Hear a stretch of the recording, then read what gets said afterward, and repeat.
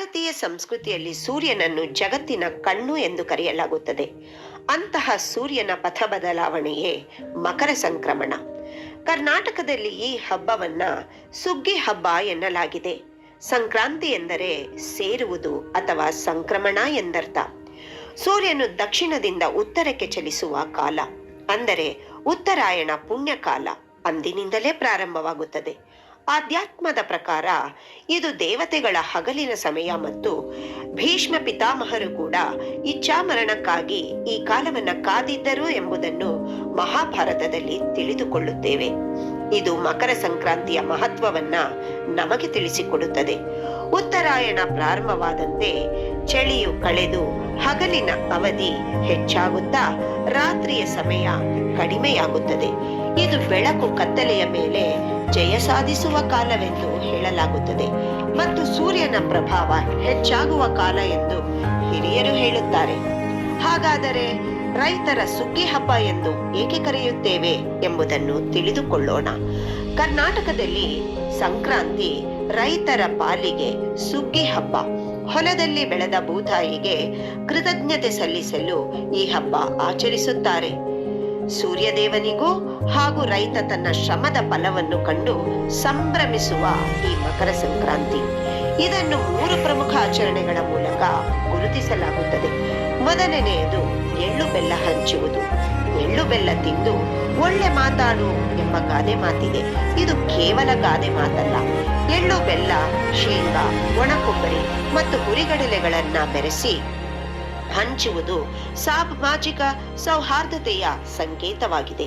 ಇನ್ನು ವೈಜ್ಞಾನಿಕ ಕಾರಣಗಳನ್ನು ನೋಡುವುದಾದರೆ ಸಂಕ್ರಾಂತಿ ಬರುವುದು ಚಳಿಗಾಲದಲ್ಲಿ ದೇಹಕ್ಕೆ ಉಷ್ಣತೆಯ ಅಂಶ ಬೇಕೇ ಬೇಕು. ಎಳ್ಳು ಮತ್ತು ಬೆಲ್ಲ ದೇಹಕ್ಕೆ ಅಗತ್ಯವಾದ ಕ್ಯಾಲ್ಸಿಯಂ ಮತ್ತು ಶಕ್ತಿಯನ್ನ ಕೊಡುತ್ತದೆ.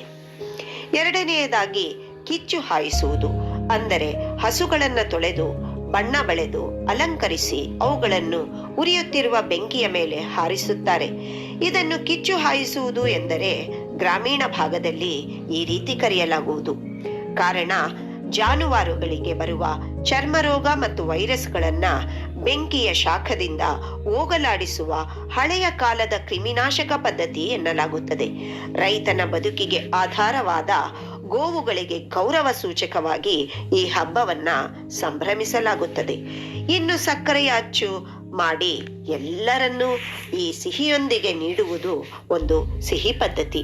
ಮಕರ ಸಂಕ್ರಾಂತಿ ಹಬ್ಬದಿಂದ ಸಮಾಜದ ಮೇಲೆ ಆಗುವ ಪ್ರಭಾವವೇನೆಂದರೆ, ಸಂಕ್ರಾಂತಿ ಎಂದರೆ ಹಳೆಯ ದ್ವೇಷವ ಮರೆತು ಹೊಸ ಬಾಂಧವ್ಯದ ಬೆಸುಗೆಯಲ್ಲಿ ಎಳ್ಳು ಬೆಲ್ಲ ಹಂಚಿ ಸಂಬಂಧಗಳಲ್ಲಿ ಸಿಹಿ ಇರಲಿ ಎಂಬ ಆಶಯವನ್ನ ನೀಡಲಾಗಿದೆ. ಇದು ಗ್ರಾಮೀಣ ಸಂಸ್ಕೃತಿಯ ಜೀವಂತವಾಗಿಸಿದೆ. ಹಾಗಾಗಿ ಪ್ರಿಯ ವಿದ್ಯಾರ್ಥಿಗಳೇ, ನಮ್ಮ ಹಿರಿಯರು ಹಬ್ಬಗಳ ಮುಖೇನ ವಿಜ್ಞಾನ ಹಾಗೂ ಜೀವನದ ಮೌಲ್ಯಗಳನ್ನ ಅಡಗಿಸಿಟ್ಟಿದ್ದಾರೆ. ಬರೇ ಸಿಹಿಯನ್ನ ಹಂಚುವ ಹಬ್ಬವಲ್ಲ, ಪ್ರಕೃತಿಯೊಡನೆ ಬೆರೆಯುವ ಒಂದು ಸುಸಂಸ್ಕೃತಿಯ ಹಬ್ಬವೆಂದು ಹೇಳಲು ನಮಗೆ ನಿಜಕ್ಕೂ ಸಂತೋಷ ಎನ್ನಿಸುತ್ತದೆ. ಎಷ್ಟು ಚೆನ್ನಾಗಿ ಇದ್ರ ಬಗ್ಗೆ ತಿಳ್ಕೊಂಡ್ವಲ್ವಾ ವಿದ್ಯಾರ್ಥಿಗಳೇ? ನಿಮ್ಮೆಲ್ಲರಿಗೂ ಒಂದು ಚಿಕ್ಕ ಚಿಕ್ಕ ಪ್ರಶ್ನೆಗಳೊಂದಿಗೆ ಈ ಒಂದು ಪಾಠದ ಆಶಯವನ್ನ ಮುಗಿಸಲು ಇಷ್ಟಪಡುತ್ತೇನೆ. ಪ್ರಶ್ನೆಗಳನ್ನ ಬರ್ಕೊಳ್ಳಿ. ಸಂಕ್ರಾಂತಿ ಎಂದಾಕ್ಷಣ ಏನು ನೆನಪಾಗುತ್ತದೆ? ಎರಡನೇ ಪ್ರಶ್ನೆ, ಸಂಕ್ರಾಂತಿ ಎಂತಹ ಹಬ್ಬ? ಮೂರನೆಯದಾಗಿ, ಸಂಕ್ರಾಂತಿಯಲ್ಲಿ ದನಕರುಗಳನ್ನ ಪೂಜಿಸುವುದು ಏಕೆ?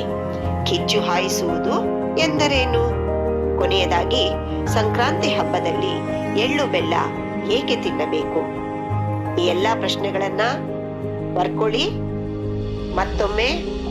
ಮತ್ತೆ ಒಂದು ತರಗತಿಯಲ್ಲಿ ನಿಮ್ಮನ್ನ ನಾನು ಭೇಟಿಯಾಗ್ತೀನಿ. ಈ ಪ್ರಶ್ನೆಗಳಿಗೆ ನೀವು ಉತ್ತರಿಸ್ತೀರಾ. ಧನ್ಯವಾದಗಳು.